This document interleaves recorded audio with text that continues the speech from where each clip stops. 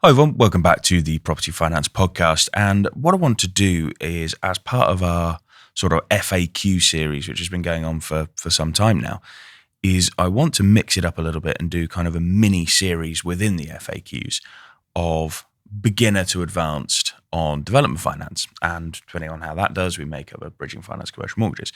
But what I always get whenever I go and do a talk, or whether I speak to people on the phone or just meet people at networking events, it's always about, well, how do I go from absolutely no knowledge of development finance to being able to deliver large-scale projects? So what I want to do within this sort of mini-series, and it'll be about 5 episodes long, I would have thought, is progressively give more information. So each week we'll go from absolute beginner through to advanced, and the plan will be is that each episode will essentially just put another layer onto that knowledge.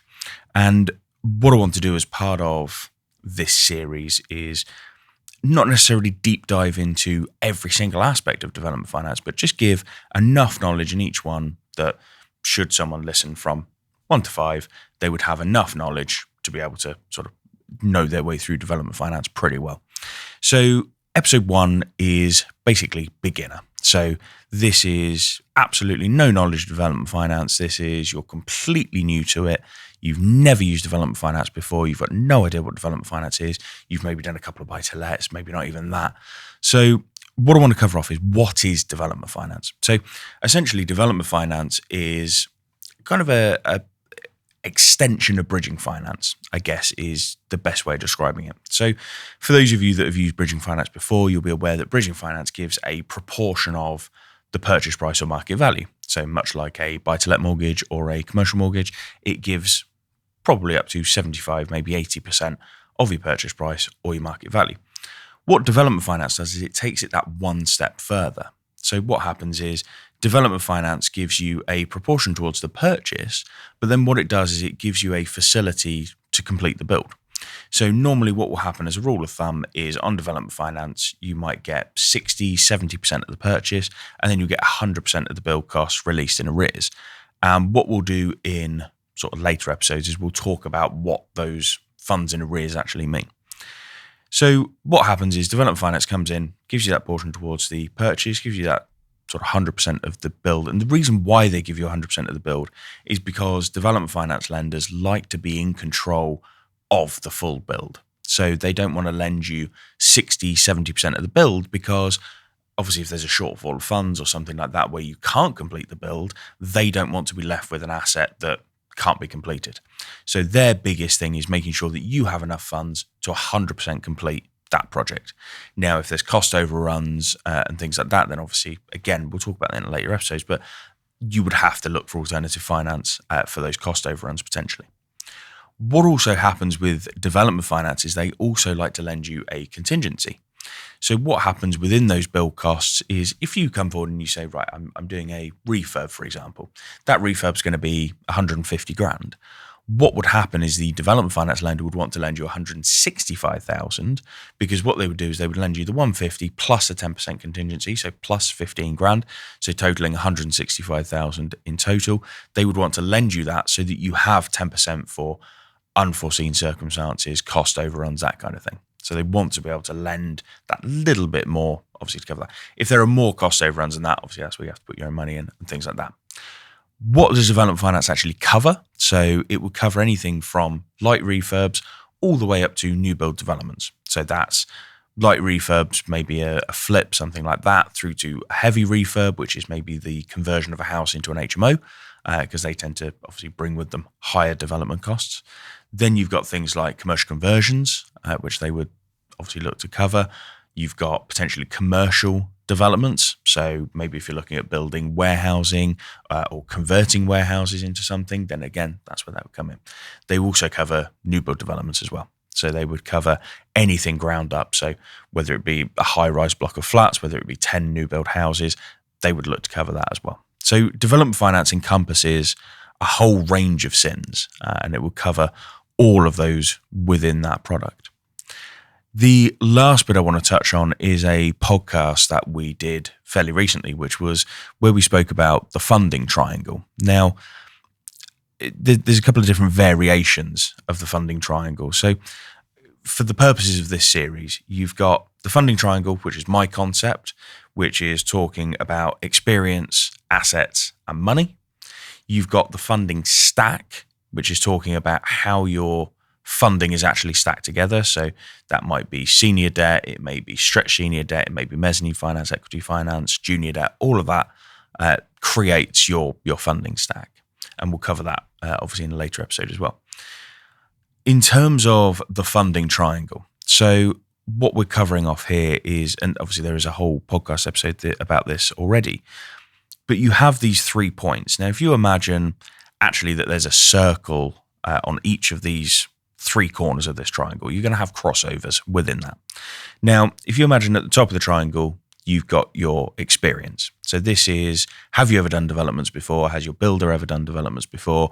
If so, you can put a tick on that. Now, depending on the level of experience you've got versus the project that you're looking to do, there has to be a logical step between them. If you've got no experience, it's a cross. If you then look at the bottom corner, you've got your assets. So this is, do you own your personal home? Do you have a portfolio? Do you have a fleet of supercars? Do you have other businesses?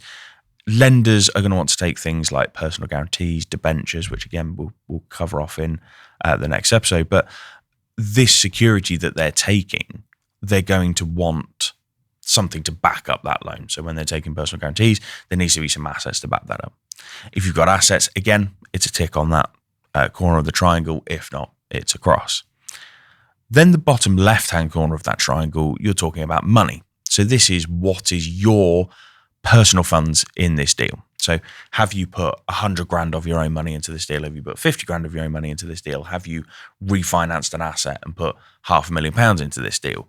Lenders want to know what personal money you've got in this deal. So they don't care what investors have got in the deal. They want to know what you've got in the deal. If you've got no money in the deal, it's a cross. If you've got some money in the deal, it's a tick. What happens then is if you imagine each of these points, like I said, has a circle on them, you've got crossover. So realistically, to get a good level of development finance, you want to see 2 out of 3 ticked off. And what would happen is you might have experience and assets, but you might have no money. Well, okay, if you've got experience and assets, a lender would still look at you if you're using investor money. If you've got money, assets, but no experience, again, lenders are going to look at you because you've got that money. You've got your own hurt money in the deal. You've got assets, so you can back up the security. So the experience isn't as important, but they would probably look to fall onto your builder instead. If you've got no assets, but you've got money and experience, then again, we've got this as a deal live at the moment where we have a client who doesn't have any personal assets. They can't really back up a PG, which is a big thing for lenders. They want to see a PG being backed up by some form of security. But the fact that the client's got approximately £100,000 of their own money in the deal and they're a very experienced developer, that's enough for them to get comfortable. So as you can see, if you've got kind of 2 out of the 3, you're sort of at a decent level of development finance. If you've got 1 out of 3, so maybe you've got experience, but you've got no assets and no money, again, development lenders are going to look at you, but you're going to be on the more expensive development finance. So rather than being at maybe 7-8% per annum, you're going to be at maybe 13-14% per annum. If you've got none of the 3, so you've got no experience, no assets, no money, lenders are going to find it very, very difficult to look at you. There may be some that do, and we kind of spoke through this on the episode before. There may be lenders that will look at you, but again, you're probably near to sort of 15% per annum as an interest rate, which isn't ideal. And you may have to joint venture with someone for the experience or to bring assets to the table or money to the table. So there's obviously then you've got to think about the profitability of the scheme being dwindled off as well. If you've got all 3, you are the golden goose of clients. There is nothing better than someone who has got experience, assets, and money. You have got the pick of any lender that you want realistically. So if you tick all 3 of those, absolutely, you can go to any lender you want and you'll probably be at 6, 7, 8% easily. And that is the dream when it comes to development finance. So just before we wrap up, so there's a couple of, and I'll try and do this at the end of each video, is some common myths to debunk. So the first one is that you need to be rich to develop.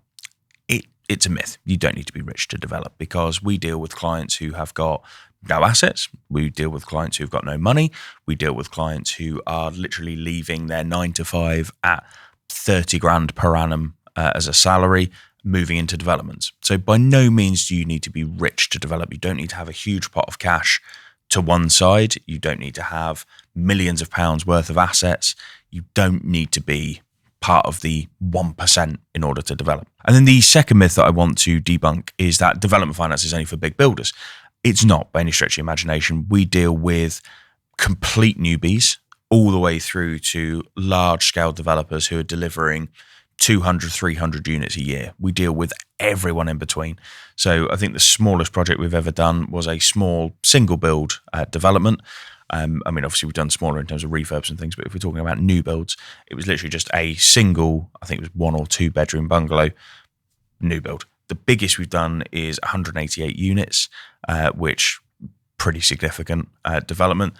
And we've dealt with everything in between: 13 units, 8 units, 5 units, one of 27 units, one of 40 units. So there really is a whole variation. So development finance is by no means just for big builders at all. It is available to everyone. So hopefully that's debunked that myth. So hopefully you found this helpful. Whether you're new to developments, whether you're experienced in developments, hopefully there's a bit of something for everyone here. But yeah, really looking forward to seeing how this series goes down. And thank you very much for watching this one, and I'll catch you on the next one.